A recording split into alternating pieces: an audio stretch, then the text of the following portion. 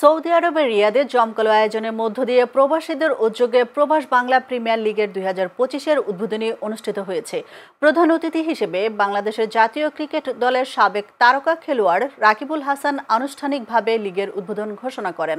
অনুষ্ঠানে উপস্থিত ছিলেন টুর্নামেন্টের সিইও মকবুল হোসেন, পরিচালক সালাউদ্দিন ও হৃদয় চৌধুরী, টুর্নামেন্ট স্পন্সর গোল্ডেন ওয়াটারের কর্ণধার ও ইনভেস্টর নজরুল ইসলাম খান।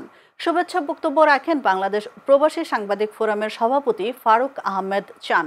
বক্তারা প্রবাসী বাংলাদেশিদের মধ্যে ক্রীড়া ও সৌহার্দ্য বৃদ্ধিতে এমন আয়োজনের ভূয়সী প্রশংসা করেন এবং খেলোয়াড়দের সফলতা কামনা করেন।